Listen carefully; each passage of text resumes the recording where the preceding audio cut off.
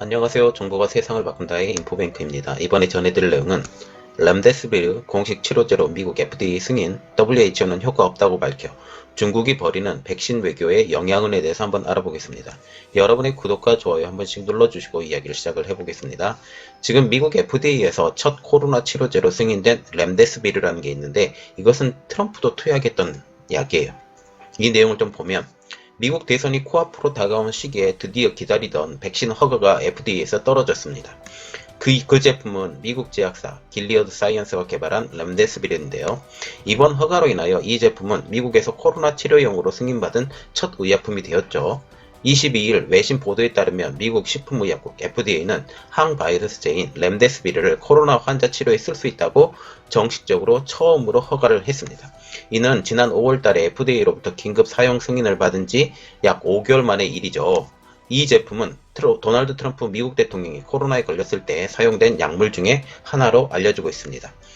멜데드 퍼시 길리어드 사이언스 수석 의학 책임자는 공개 서한에서 렘데스비르는 코로나로 입원해 치료를 받는 환자가 더 빨리 회복하게 돕는 것으로 증명된 첫 항바이러스 약물이라고 설명을 했는데, 여기서 우리가 눈여겨봐야 될 게 하나가 있습니다. 환자가 더 빨리 회복하게 만드는 것은 팩트. 그러나 효과가 정말 입증된 것 같다라고 말하는 것은 그거는 아직 잘 모릅니다. 그러나 미국의 의료보험 효과로 것으로 보면 15일이 걸릴 것을 10일로 단축됐다. 그러면 3분의 1이 준 것이잖아요. 그러면 이 기간 동안 입원을 하지 않아도 돼요. 5일 정도 더 빨리 낫기 때문에 그만큼 미국의 의료비 값이 엄청나게 높잖아요. 이것을 획기적으로 줄어들 수 있다 라는 그런 내용에서 굉장히 획기적인 것이라고 저는 보고 있습니다. 또한 그는 내부 제조 역량을 늘리고 외부 제조망을 확대해서 다음 주에 세계적으로 적절한 환자 치료의 약물을 충분히 공급하게 할 수 있을 것이라고 덧붙이고 있습니다. 말하자면 지금 현재 나와 있는 이 렘데스비르를 빨리 세계에 공급을 하겠다라고 지금 얘기를 하고 있는 거죠. 회사 측은 이달 말까지 렘데스비르 생산량을 글로벌 수요에 맞춰서 있을 것이라고 지금 기대하고 있는데요. 앞서 길리어드는 연말까지 200만 명분의 투여량을 예상하고 있으며 내년에는 수백만 회분을 추가로 더 만들 계획이라고 지금 얘기를 하고 있어요.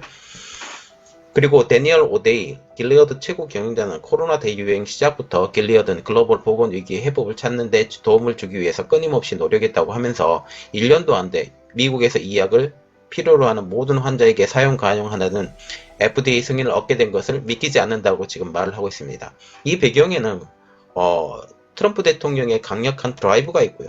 또한 이 렘데스비를 시작을 해서 다른 코로나 치료제가 본물처럼 FDA 승인을 받게 될 가능성이 지금 점점 더 높아져 가고 있죠. 본래 이 약품은 에볼라 치료제로 개발된 정맥주사 형태의 약입니다. 그리고 우리가 눈여겨봐야 될 것은 이거예요. WHO가 렘데스비르에 대해서 부정적인 의견을 피력했다는 것입니다.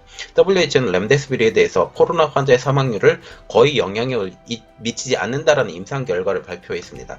15일 영국 파이낸셜 타임즈는 WHO 연구 논문 4본을 입수해서 입원 환자 1266명을 대상으로 3월부터 10월 초까지 렘데스비르를 비롯한 4가지 약물에 대한 효과를 측정해 본 결과 어떠한 약물도 실제적으로 사망률에 영향을 주지 않는다라고 지금 보도를 했어요.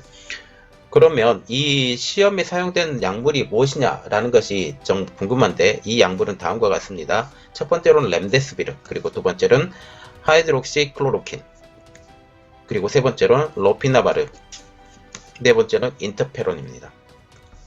이들 약물은 사망률 뿐만 아니라 환자들의 입원 치료 기간에도 거의 영향력을 주지 않는다고 파이낸셜 타임즈는 전하고 있어요. 다른 의견도 있었습니다. 의학학술지 뉴 잉글랜드 저널 오브 메디신이라는 논문에서 렘데스비르를 투약한 중증 환자가 이 약을 쓴 경우는 이 약을 쓰지 않은 환자들보다 사망률이 70%나 줄었고 입원 일수가 15일에서 10일로 약 5일이 감소했고 에크모 등 기계 호흡 치료가 필요한 위중 환자를 놓고 보면 사망률이 떨어지는지 불분명하다고 지금 기술하고 있어요. 이 내용이 정말 중요한데요. 중증 환자와 그리고 위중 환자, 이거 두 가지를 분리해서 보면 중증 환자에 대해서는 굉장히 효과가 있다. 그리고 사망률도 70%나 줄었다. 그리고 에크모를 달아야 되는, 말하자면 산소호흡기를 달아야 되는 위중 환자를 보면 사망률이 떨어지는지는 아직 모르겠다라고 기술하고 있는데, 거의 대부분 중증 환자로 치료를 많이 하고 위중 환자는 어쩔 수 없다고 지금 제가 개인적으로 생각을 하는데, 이렇게 되면 효과는 분명히 있다라고 지금 보고 있습니다. 길리어드 파이낸셜 타임즈는 파이낸셜 타임즈에 이렇게 말을 했는데요. WHO의 연대 임상시험 초기 자료에 동료 검토가 공개된 것으로 안다. 이 결과는 렘데시비르의 임상적 효과를 검증한 여러 연구에서 나온 더 강력한 증거와는 일치하지 않는다라고 반박하는 내용을 지금 보내고 있습니다. 지금 현재 이것이 가장 문제인데요. 백신이 필요한 대외 환경이 지금 되어버렸어요. 그래서 어느 나라나 백신을 인정을 해야 되는 분위기로 지금 나오고 있는데, 이 분위기에 렘데시비르가 나왔다는 거죠. 그래서 지금 현재 가장 큰 문제가 되는 거, 미국, 유럽에서 2차 유행이 현실화가 되고 있다는 거죠. 미국과 유럽에서는 코로나 사태에 대한 발등에 불이 지금 떨어져 있는 상태이죠. 이들 지역에서는 코로나의 2차 대유행이 일어나지 않을까라고 지금 걱정하고 있습니다. 이러한 상황에서 백신은 꼭 필요한 상황이 되었습니다. 그래서 미국에서 이번 렘데시비르에 대한 FDA 승인은 남다른 의의가 있다고 제가 바라보고 있는데, 현재 유럽에서는 코로나의 재확산세가 극심하여 곳곳이 이동 제한을 할 정도로 상황이 안 좋습니다. 21일 로이터 통신에 따르면 벨기에 정부는 지금 상황이 호전이 안 된다면 다음 주말에 봉쇄가 다시 도입될 예정이라고까지 발표를 했고, 현재 벨기에 정부는 지난 19일부터 식당, 카페 영업을 중단하고 야간 통행 금지령까지 내리고 있는 상황이에요. 벨기에는 올해 초 강력한 봉쇄 정치로 1차 확산을 완화를 시켰어요. 그런데 최근 학교들이 등교를 재개하고 기온이 낮아지면서 실내 활동이 많아지면서 신규 확진 환자가 급증하고 있는 상태입니다. 이것은 비단 벨기에뿐만의 일이 아닙니다. 현재 유럽에서 코로나의 확산세가 가장 심각한 것은 체코인데요. 인구가 1071만 명인 체코에서 지난 8월달 말만 해도 신규 확진자 수가 수백 명대의 수준에 있었다가 9월 이후 급격히 나빠지고 있어요. 국제 통계 사이트 월드미터 집계에 따르면 전날 체코의 신규 확진자는 1만 1984명까지 달했습니다. 스위스도 마찬가지죠. 스위스는 단기 봉쇄 조치를 검토할 만큼 지금 상황이 점점 더 나빠지고 있습니다. 인구가 850만의 스위스에서는 이달 5,583명의 신규 확진자가 나왔고 있다고 이렇게 현지 언론 전하고 있죠. 이는 전날 2,986명의 2배 수준에 이르는 거죠. 하루 만에 신규 확진자가 2배가 늘어버린 거예요. 영토와 인구가 적은 스위스를 고려하면 신규 확진자 수의 비율로 보면 인접국인 이탈리아보다도 더 상황이 나빠지고 있고, 지금 이스라엘도 마찬가지고 영국, 그리고 독일, 프랑스 이런 거 다 마찬가지입니다. 그래서 지금 영국, 스페인도 문제인데요. 스페인도 신규 확진자 수가 1만 6,973명이나 나왔다고 하루 만에 발표를 했습니다.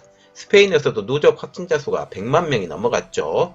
남미의 브라질로 넘어가면 보건소장까지 코로나 양성 반응을 받은 현 상황입니다.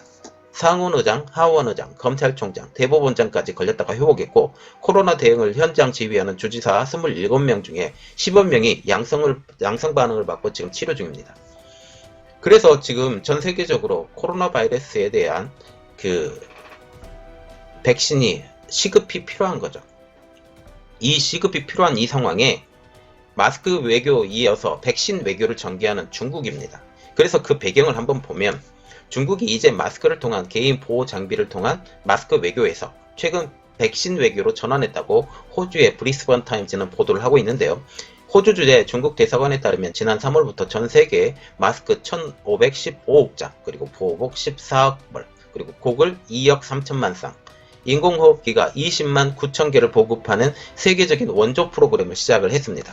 이제 이 프로그램의 백신 보급을 확대를 하고 있는데요. 현재 전 세계적으로 44개의 백신이 인간 대상 임상시험을 하고 있습니다. 이 중에 11개는 대규모 효능 실험 단계까지 왔죠. 이들 11개 중에 4개는 중국 업체에서 지금 개발되고 있죠. 중국 백신은 현재 인도네시아, 파키스탄, 방글라데시, 러시아, 사우디, 아랍에미리트, 모로코, 브라질, 아르헨티나 등지에서 임상실험을 진행 중인데요. 여기서 눈여겨봐야 될 것 딱 하나, 중국 백신의 실험 장소. 미국, 유럽 일부, 아시아, 호주 등 부유한 국가들이 유망한 백신 도입을 국내 제조사 아니면 이것들과 연계시키면서 진행하고 있는 반면에, 중국은 대부분의 국가들이 재정적인 능력을 갖추지 못했다라는 점을 노리고 있습니다. 물론 사우디는 아니라고 하지만 사우디의 대부분의 국민들이 그렇다라고는 제가 말은 못하겠습니다. 특히 중국은 남중국해에서 갈등을 이번 백신 외교로 풀겠다라는 속셈을 가지고 있죠. 이렇게 하면서 중국의 백신이 이렇게 점점 몰려오고 있어요. 그래서 코로나 백신을 공공재로 지금 선언을 하고 개발도상국과 우선적으로 공유를 약속했던 중국입니다. 중국 시진핑 주석은 백신이 준비되면 이를 글로벌 공공재로 선언을 하고 개발도상국과 우선적으로 공유할 것이라고 지금 약속을 하고 있는데요. 또한 다자주의적인 접근법을 강조하면서 중국은 최근 전세계 백신 할당 프로그램인 코백스에 참여하기로 결정을 했습니다. 이에 대해서 중국 외교부는 개발도상국에 대한 백신의 공정한 분배를 보장하기 위한 구체적인 조치를 취하고 있다고 강조를 하고 있어요. 그 일환으로 최근 몇 달 동안 인도네시아, 필리핀 등 코로나19를 억제하지 못하고 감염률이 증가하고 있는 국가에 희망을 주는 거래까지 이루어지고 있습니다. 마닐라의 정치 분석가인 리처드 하이데리언은 중국은 동남아시아에서 나쁜 평가를 받고 있다고 하면서 중국은 이 사실을 잘 알고 있으며 백신으로 중국의 입지를 재구축하려고 하고 있다라고 말을 하면서 우리가 눈여겨봐야 될 것 중국의 입지 재구축입니다. 이것이 되게 중요해요. 결국은 코로나19, 코로나 바이러스, 중국 우한 폐렴 이렇게 똑같은 말인데 이것이 중국 우한에서 시작을 했고 중국이 이러한 것들을 다시 뒤집어 엎으려고 지금 노력을 하고 있다라는 거죠. 중국 국영 제약회사 PT 바이오파머는 중국의 시노백과 지금 협력하고 있습니다. 이 회사의 백신 후보 코로나백은 서부 자바 반둥에서 1620명을 대상으로 지금 테스트 중입니다. 이 거래에 따라서 파이오바마는 내년 2억 5천만 개의 백신을 생산할 계획을 지금 갖고 있습니다. 말하자면 중국 시노백이 개발하고 PT 바이오파마가 만든다라는 것이죠. 이와 별개로 시노팜은 2021년까지 이 인도네시아에서 3억 개의 백신을 공급할 수 있는 별도의 계약까지 지금 체결한 상황입니다. 이래서 지금 백신을 지렛대로 삼으려는 중국을 한번 바라보는데 현재 필리핀의 중국에 대한 민심은 남중국해에서 공격적인 자세와 코로나 바이러스의 근원지의 원죄로 인해서 아주 나빠진 상황입니다. 또한 전 세계적으로도 중국을 부정적으로 있다는 의견이 급증하고 있다는 거죠. 그러나 중국이 공언한 대로 동남아 등 신흥개발국을 대상으로 조건 없이 최우선적으로 백신을 공급한다면 중국의 영향력은 어쩔 수 없이 높아지고 있습니다. 트럼프 대통령이 미국 우선주의가 일단 변수이긴 하지만 수천 명의 생명을 구하는 것이 우선일 수밖에 없는 나라들이 많기 때문에 이렇다라는 거죠. 그러나 이번에 미국 FDA에서 코로나 치료제로 렘데스비르가 중국보다 먼저 승인이 됐죠. 이렇게 됨을 따라서 미국 의약품의 영향력으로 추정을 하면 어떻게 될지가 지금 초미의 관심사가 될 수밖에 없습니다. 자, 그래서 우리가 일단 기본적으로 볼 때 렘데스비르가 승인을 받았어요. 그런데 이게 승인을 받았던 게 전 세계 코로나 영향력이 지금 퍼져나가는 이 상황에서 이것을 어떻게 막아야 되겠다라는 내용 하나, 그리고 중국의 코로나 바이러스 치료제가 지금 먼저 나오게 되면 그게 더 큰 문제가 되는 그것을 막아야 되겠다는 그런 생각 하나, 이런 것들이 복합적으로 만들어져서 이번에 됐다. 그리고 중요한 것 하나, 현재 FDA는 민주당 계열의 사람들이 되게 많습니다. 이런 기류가 많이 있었는데 어떻게 해서든지 좀 더 늦게 투표에 영향력을 끼치지 않기 위해서 이렇게 늦췄는데 결국은 시대의 상황에서 어쩔 수 없이 중국에서 먼저 이렇게 개발이 되고 박차고 나오면 문제가 되기 때문에 이러한 것들을 막기 위해서라도 이번에 그렇게 되지 않았느냐라는 개인적인 생각을 갖고 있습니다. 이번 내용은 여기까지였고요. 저희 내용이 여러분들에게 도움이 되셨다면 구독과 좋아요 그리고 알림 설정까지 부탁드리겠습니다. 감사합니다.